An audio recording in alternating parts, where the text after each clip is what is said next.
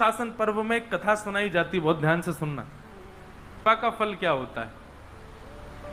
तो भीष्म पितामह कहते हैं कि गौ सेवा का फल तो बहुत बात की बात है, गलती से गैया को छूने का फल क्या मिलता है मैं ये बता देता हूं, और उससे तुम अनुमान लगा देना कि गैया की सेवा का फल क्या होगा।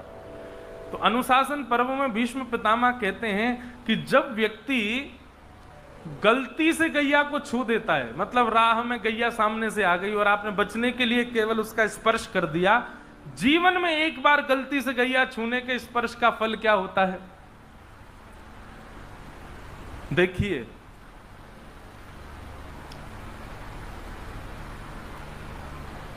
हर व्यक्ति को अगर उसने अपने कर्म शुद्ध नहीं किए, थोड़ी देर के लिए सही नरक जाना पड़ेगा। आप सबने कथा सुनी होगी, युधिष्ठिर को कि एक क्षण के लिए नरक देखना पड़ा था। क्यों? भगवान के कहे से झूठ बोला, लेकिन बोला तो झूठ। अच्छा, झूठ तो बोला, उसके बाद में ये और चिल्लाने लगे, बोले हाथी मरा है, अश्वत्थामा नहीं मरा है। भगवान ने वो बात अलग है कि उस समय शोर करवा दिया कि किसी को सुनाई ना दे, पर ठाकुर जी के कहने से झूठ बोला गया। इस वजह से एक मिनट के लिए, एक क्षण के लिए युधिष्ठिर को भी नरक देखना पड़ा। तो हम लोगों की क्या स्थिति होने वाली सोचो। नरक तो जाना पड़ेगा, थोड़ी देर के लिए सही जाना तो पड़ेगा। इसलिए खूब भजन करो, खूब प्रार्थना करो कि नरक ना जाना पड़े। नरक बहुत बेकार होता है। लेकिन हमने शास्त्रों में एक बात पढ़ी है, आपको नरक कितनी देर के लिए जाना है? आपको एक क्षण के लिए नरक जाना है केवल।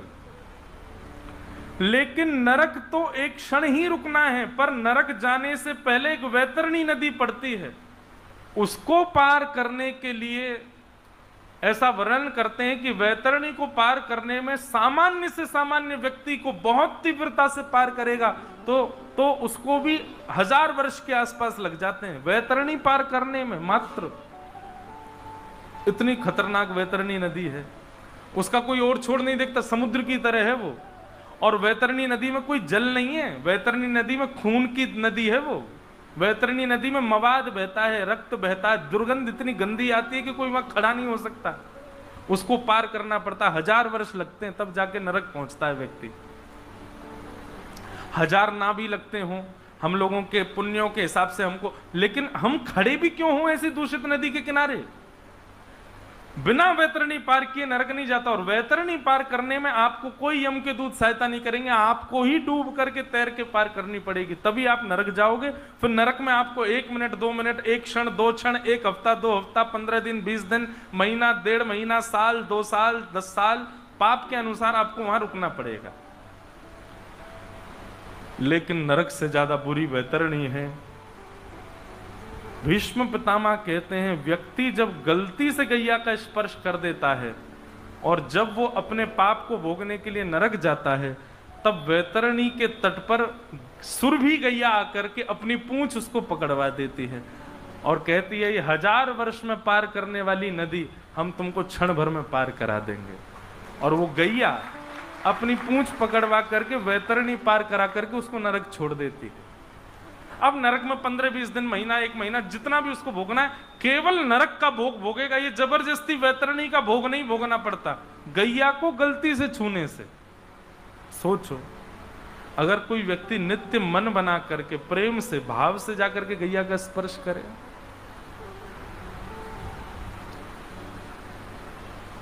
गाय साधारण नहीं है भैया।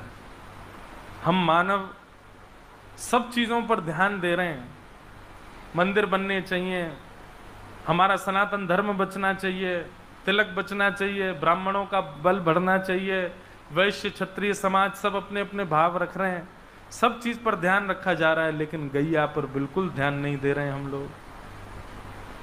और क्षमा करें, इसीलिए मुझे लगता है कि आज भी मीराबाई जैसे भक्त हैं, आज भी सूरदास जैसी भक्ति है, पर ठाकुर जी फिर भी निष्ठुर होकर के क्यों बैठे हैं? बोले क्योंकि मेरी गैया प्रसन्न नहीं है। ठाकुर जी इसीलिए रूठे बैठे हैं हम लोगों से।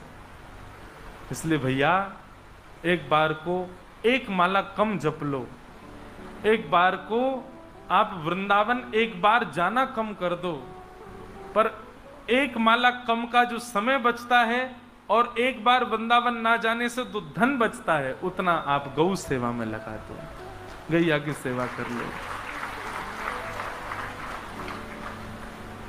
गैया की बात होती है ना तो मैं देखता हूँ श्रोताओं को, आधे लोग तो यूं सुनते हैं, आधे लोग यूं सुनते हैं, आधे लोग यूं सुनते हैं, उनको सीरियसनेस आती नहीं गैया के नाम पर याद रखिएगा, जब तक आप गैया के लिए सीरियस नहीं हो गए, गैया के लिए आपके मन में प्रेम नहीं आएगा। ये प्रमाण है कि जिसको गाय प्रिय लगती है, समझो ठाकुर जी को वो प्रिय लगता है, और जिसको गैया प्रिय नहीं लगती ना, ठाकुर जी जैसे फिर आप जाते हो ना ठाकुर जी के आगे, तो ठाकुर जी भी फिर यूं ही सुनते हैं, जैसे आप गैया के लिए होते वैसे ठाकुर जी आपके लिए हो जाते हैं। लेकिन जो गैया से प्रेम करने वाला जाता है, ठाकुर जी भी यूं सुनते हैं, हाँ गैया का प्रेमी आया है, मेरी गैया का प्रेमी आया है। तो ठाकुर जी नित्य गौ सेवा करते हैं, द्वारिका में भी।